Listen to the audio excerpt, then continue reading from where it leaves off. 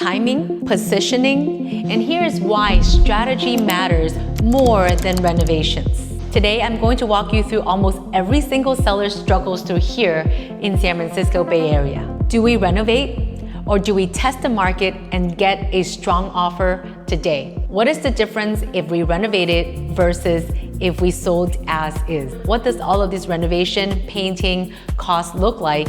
And what is the timeline? So today, what I'm going to show you is this perfect case study of timing, marketing, and strategic play. As a seller, you should always understand risk versus upside. Discuss with your agent, what is the risk? What is my upside? What is the as-is value? What is the return on my investment? And if I were to renovate, what's the cost and what is the timeline? So in this property here today, I will show you the breakdown. I will also show you how the seller decided to take this offer as is, but almost $1 million over our list price. Not only is this property sold as is for almost $1 million over our list price, it is also 23% over comparable sales in the immediate neighborhood. So how do we do that, you ask? Follow me and I will show you how. Also, for more content and case studies like this, remember, I'm the founder of Next Gen Properties, 精通國語英語. Hit the subscribe button and you will get up-to-date videos of more content just like this. This single-family residence in Mission Dolores, San Francisco, we listed it at $1.749 million, which this property is special in itself. It is a single-family home in an area where it's mostly multi-unit. It is a great location, although it is on a main street. So we listed property at $1.749, and I met this client a little over 6 months ago, and we ran through all of the as-is numbers, all of the renovation numbers, and we have estimates for the painting, the flooring, and also updating the one bathroom.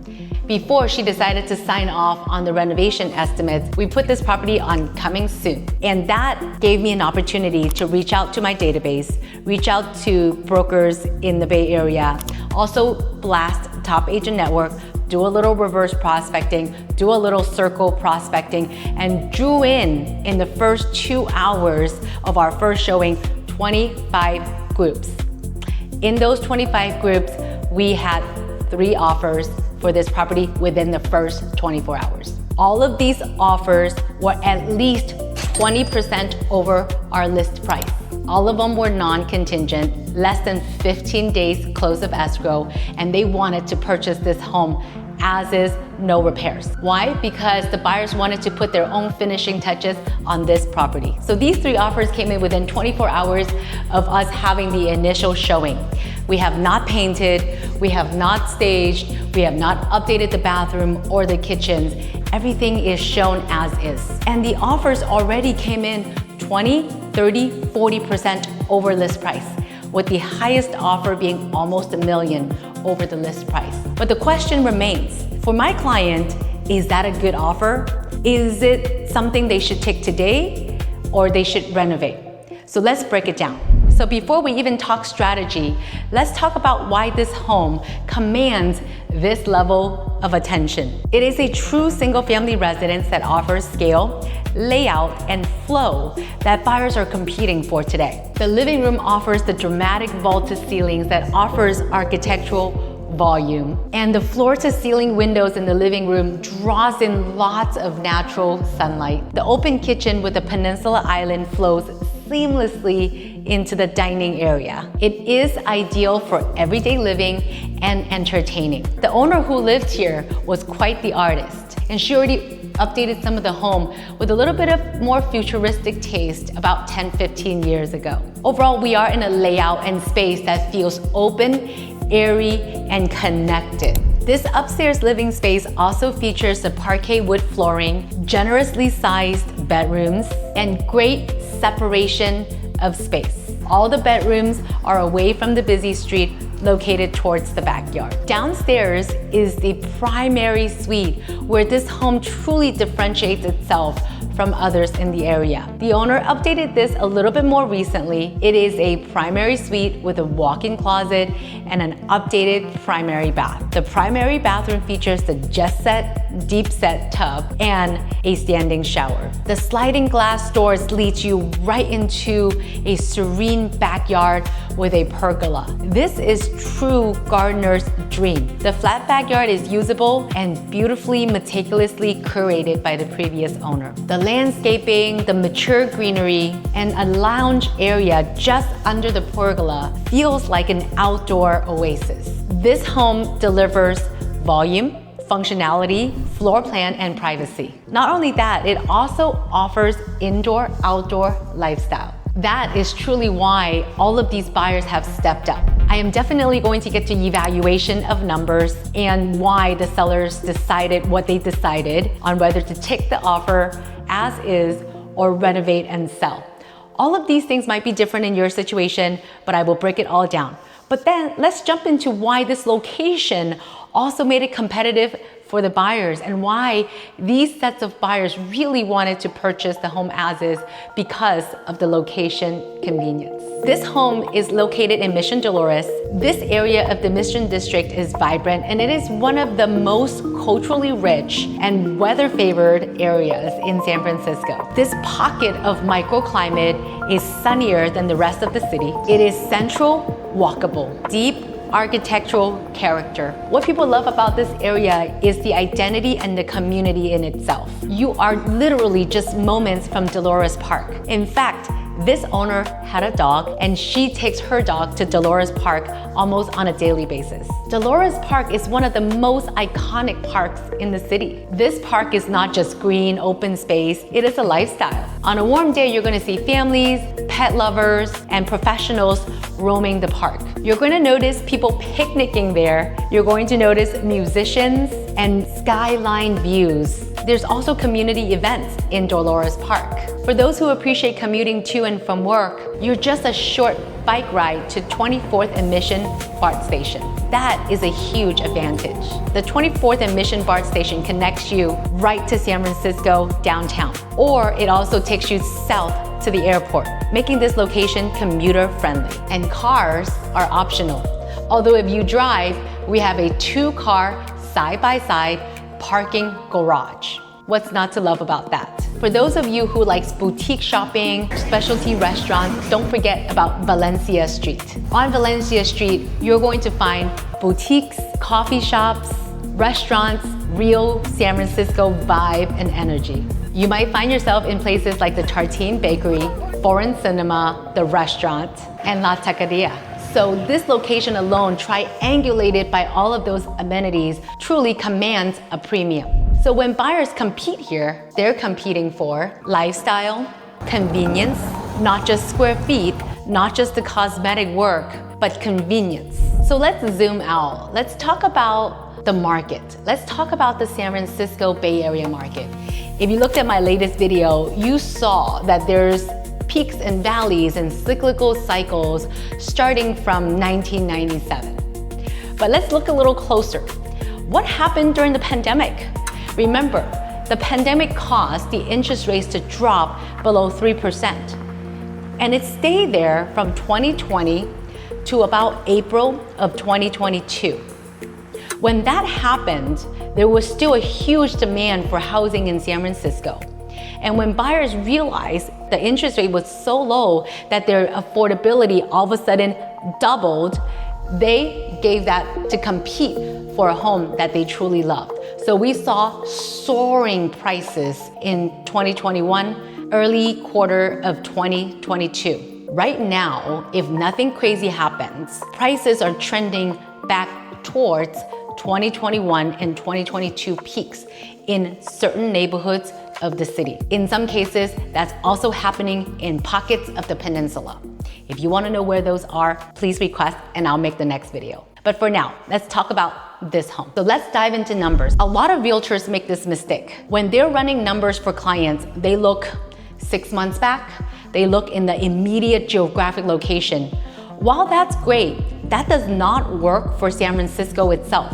Because number one, we've been in an inventory shortage in the past 10 years.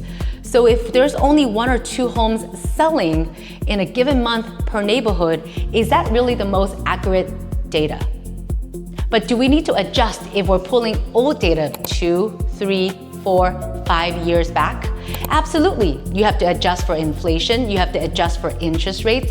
We also have to adjust for microeconomics that are happening in those periods. An experienced realtor that's been doing this for over 12 years have seen those cycles and can walk you through it. So based on this graph that I'm showing you, you can see in the peak of the real estate market, there is one home sold for $2,650,000, the street right behind us. Very similar in square footage, very similar in size, very similar in condition, although they did paint, they did stage it, and interest rates were below 3% when this home was sold around 2022 first quarter. So because right now buyer activity feels like we're on track to meet, if not surpass, the 2021-2022 peak of the real estate market, that is our current benchmark. Because with the exception of that one comparable sales, all of the other comparables were in the 2.2, 2.3 million range. But my client and I, the seller of this home, we have our goals set to meet that expectation. There is one wild card. It is also here where experience really comes into play. Right now we are in March of 2026 and things are going well. Last year in 2025, January, February, March, April sales were all also going well. We were in an upward trajectory. What happened in the late March is that the president announced tariffs. All of a sudden, in the next 2 weeks, we saw buyer activity drop off.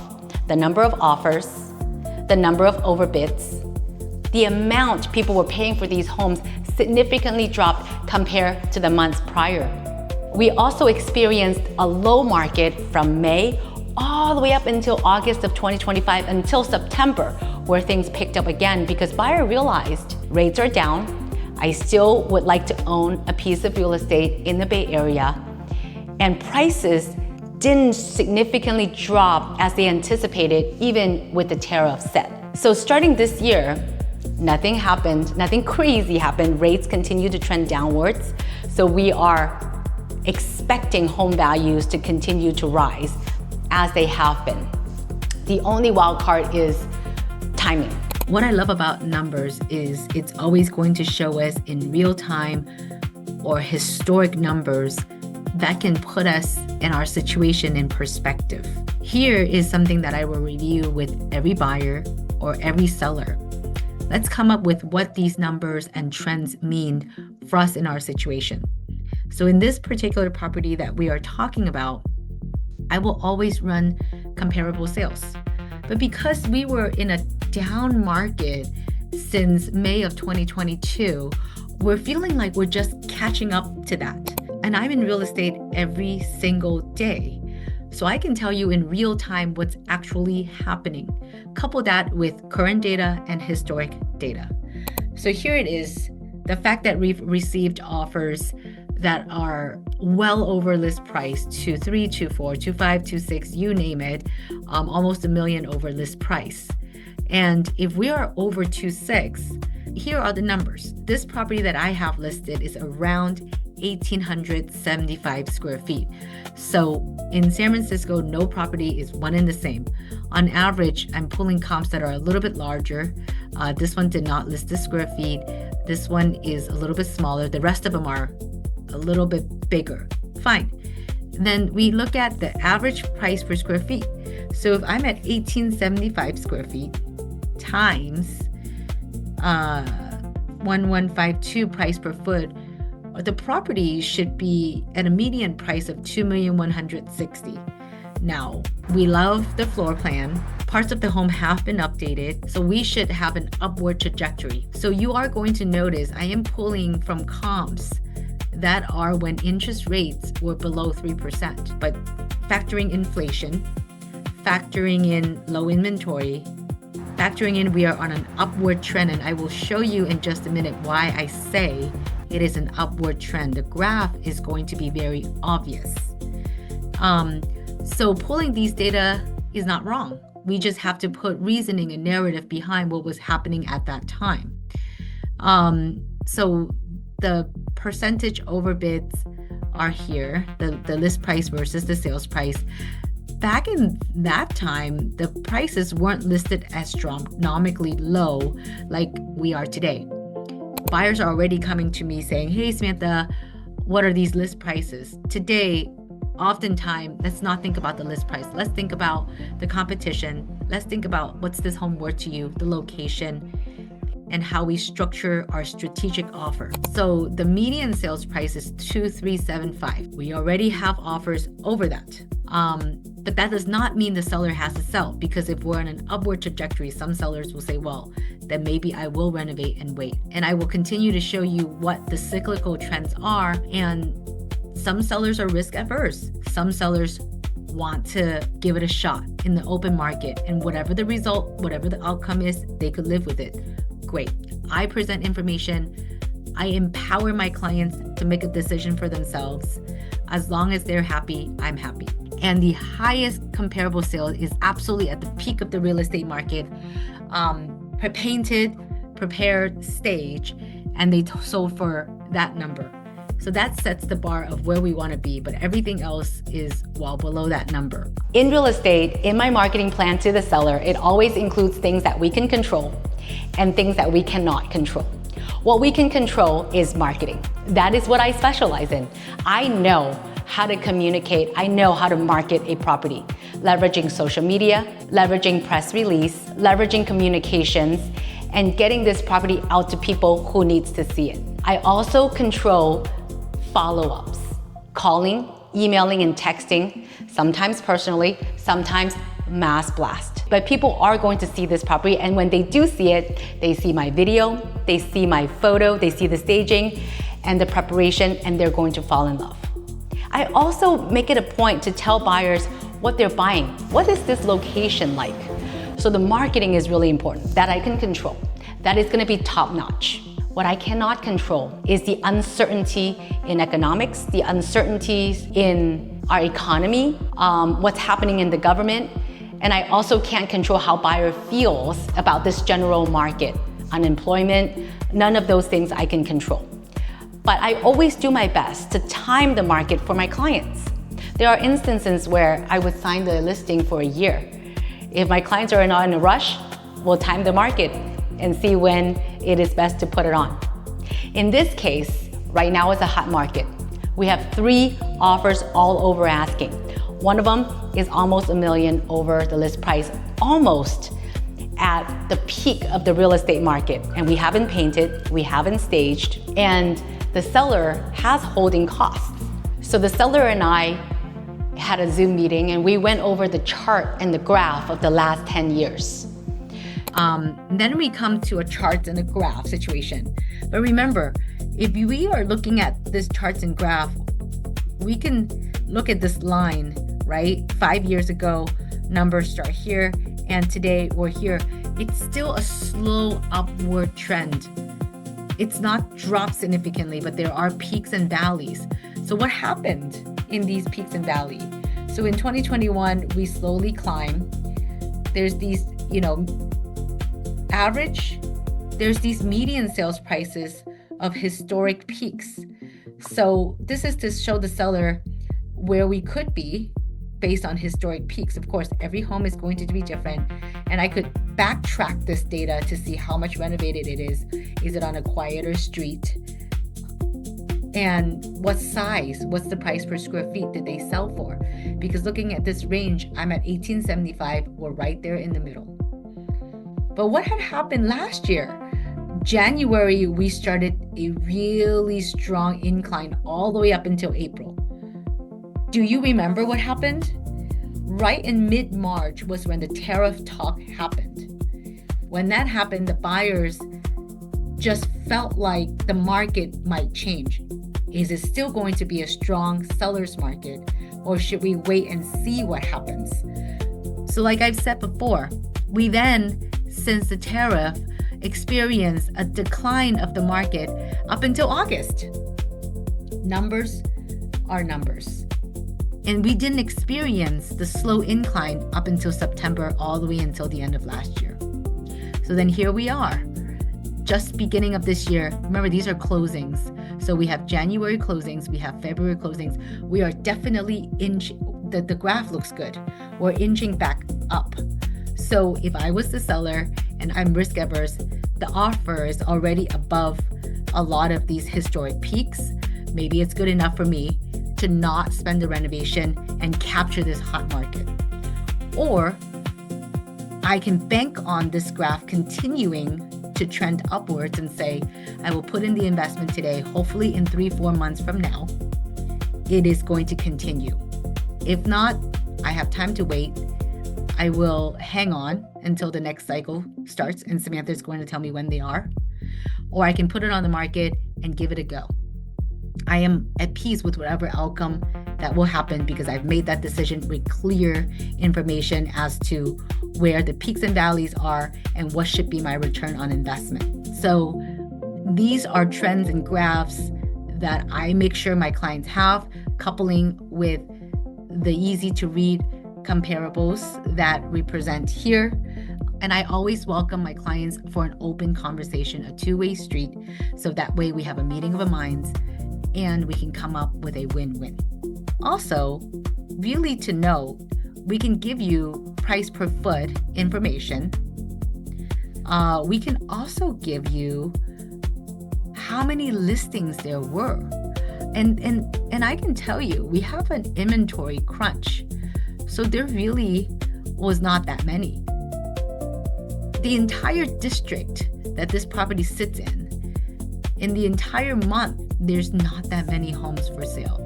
So our data points are very limited, but it still shows us a pretty clear picture. But if we look at sold listings, this is the unfortunate fact, is that you saw that prices were going up while inventory is going down. So when there is high demand and low inventory, the prices will continue to go up unless something happens in the economy that we cannot control. The fact is, to renovate this bathroom, the contractor already gave us a timeline.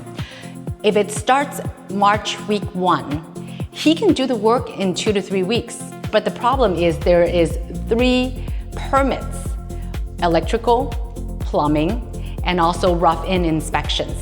These permits and these inspections, he has to schedule with the city. They have to come in, inspect it. There might be tweaks. So these things he cannot control. While he can control his work, if he says it's $20,000 to finish this bathroom, it's $20,000 to finish this bathroom. But his quote was 1 to 2 months. Given that he does not control when these inspectors have time to come out to inspect the work and move on to the next step. So the communication is, for the seller, do we reject all these 3 offers so that way now we know the pulse on the market, where is our baseline? And then if we renovate, of course we're going to expect to capture the renovated value and upside. Is it going to get there? That is what we're not sure. Crazy things happen in the economy, or even just little things in the headlines will shift the buyer's psychology. And if the buyers pause, we lose momentum. And momentum and competitiveness is what causes buyers to pay X% over the market value because of the perceived momentum and the market trend. So when I work with sellers, I always tell them, if these offers meet your expectation, is it good enough? Did we leave anything on the table? Or if we renovated, what is that upside? If you are willing to put in the work, I will monitor the market for you. If once the renovation is done, the market continues to trend the way that is favorable to us, I will stage it, photography, film, and blast it out to the buyers. But if the market shifts, if it changes, is it okay with you if we hang on? If we just hang on and come up with a different strategy and a set of plans to maximize your value. But if timing, for this client, she's already out of the country. Timing was also really important to her. Holding on to this property for another 6 to 7 months was not advantageous. So we would have a very different set of communications. What's also really important about this pre-renovation marketing that brings buyers in is feedback. So before the sellers in this home decides whether to take these offers that are well over her expectation or still reject these offers and renovate is feedback. These 3 buyers, I've spoken to their agents, their fiduciaries, these different brokers that represent the buyers. Unanimously, they understood that the property has not been painted, but they thought it was cosmetic. They would choose their own colors. They would prefer to choose their own colors. The bathroom that we wanted to renovate, all the buyers acknowledged that stylistically, it was different than the rest of the property. But they also acknowledged that based on our pre-sale home inspections, that was functional. So it's something that they prefer to also choose their tiles and stones because they've attended a lot of open houses where they saw certain things being renovated, they've paid the premium for it, but would still rip it all out because stylistically, it was not what they would have wanted. So today, they prefer to pay the premium to stop us from doing the renovations so they get the say in how this bathroom looks in this home that they will live for the next 10, 15, 20 years. That feedback I communicated to my client, the seller. In this case, the current market is really strong. So this strong market is giving us a little bit of leeway to absorb that imperfection of the one bathroom and the paint that we have not done. So the question becomes, should we solve the problem for the buyers, this bathroom, that the buyer does not see it as a problem? They are continue to pay the premium for this home to stop us from coming on the market with the renovations that they do not prefer. So when we're thinking through this strategy here, the peak of the real estate market, one similar property sold for $2,650,000. All the rest of the neighborhood had comparable sales from $2.2 million to $2.3 million. With all of these current offers over this $2.2 to $2.3 million, we received an offer $2,620,000. $30,000 less than the peak of the real estate market. Now that property is actually at a slightly better location than this one. We're on a busy street. That home is on a quieter block. So there is potentially that $30,000 difference. They've painted and staged. We save $30,000 in renovation cost alone. So it's actually a comparable offer given the different block it's on.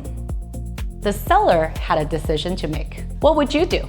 Because remember, in this case study, we are 0 days on market. We are not yet on the market. And when I represent sellers, this is the strategy.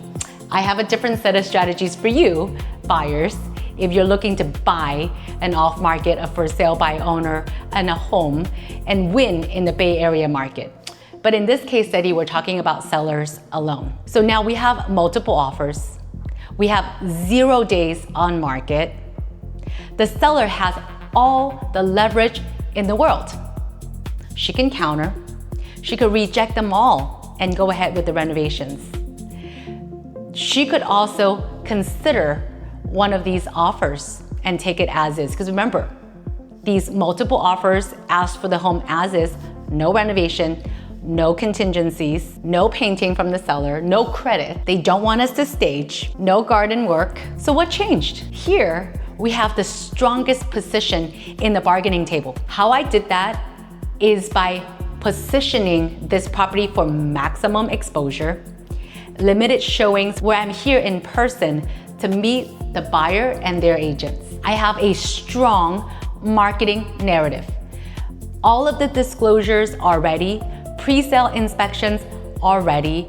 Marketing exposure has all been sent out. So what the seller is left with is strong position and market leverage. And when you create scarcity with confidence and experience, buyers will step forward aggressively. I also do these types of showings to give sellers, number one, position and leverage, number two, buyer feedback. Because understanding the audience is so important in our market. Who we are positioning this property for is the future buyers. Even if it's not these buyers that offer 6, 8, and almost $1 million over asking, we are still positioning it for a future buyer who needs to do the same, if not more. So the 2-hour showings allow me to give seller feedback. What they would have wanted to see in terms of paint, what they would have wanted to see in terms of the bathroom renovation that we have yet to be done, the gardening and paint colors. Stylistically, I see hundreds of homes on a given year, and I know what buyers are looking for. But hearing from them is reassuring, and it's also reassuring to the seller if they decide to go through with the renovations and we gamble on the market to continue trending upwards. So aside from looking at a comprehensive report that's really easy to read like this, the square footage, the price per square feet, days on market, list price versus sales price median and high, my clients also receive this link. So every single comparable sales, they are able to look at the previous photos to take a look at the condition of those homes sold. Comparing with what we have now, they can make that judgment of how does our home compare to these comparable sales. I love it because if you love data and you want to find out as much as you can and empower yourself with a lot of data and knowledge and have that discussion with me, I love it. I'm here to support. My job here as a real estate professional, as an advisor, is not just to put a house on the market or list a property. We're here to advise. We're here to control timing. We're here to maximize the seller's leverage. We're here to also read the buyer, get their feedback, reduce risk.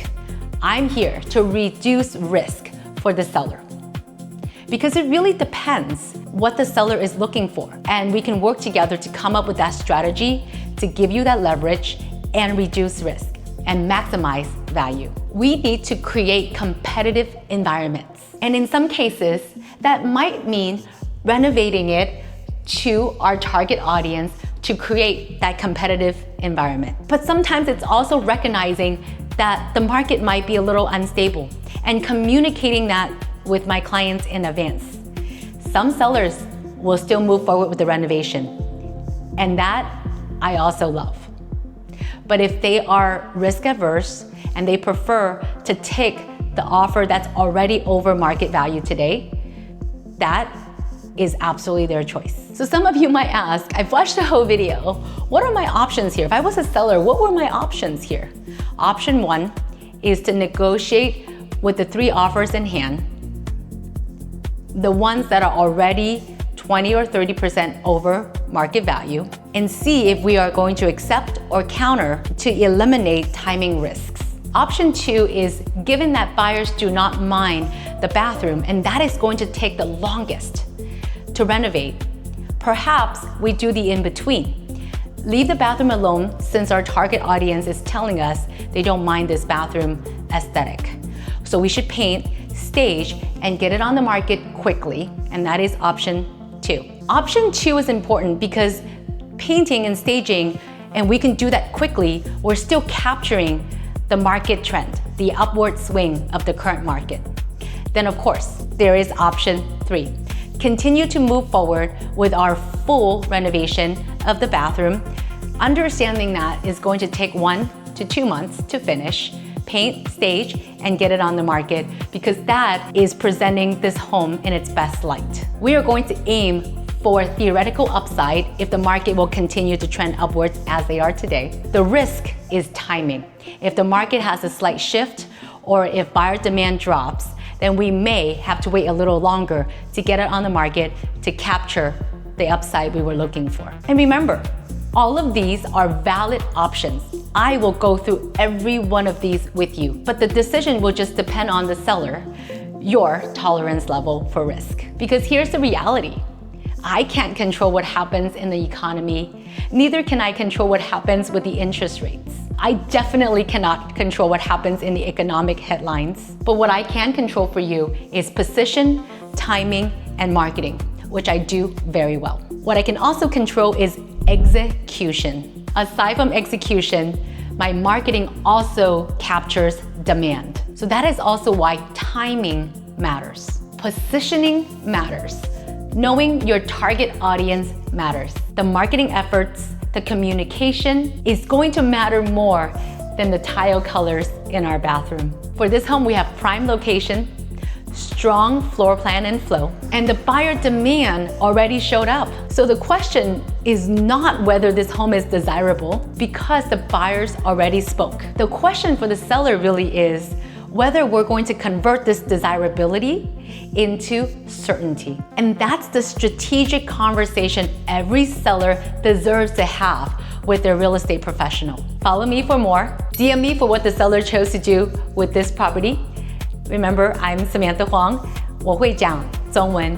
Thank you so much for watching. Here's my contact information below. Please subscribe and follow, and I'll see you in the next one.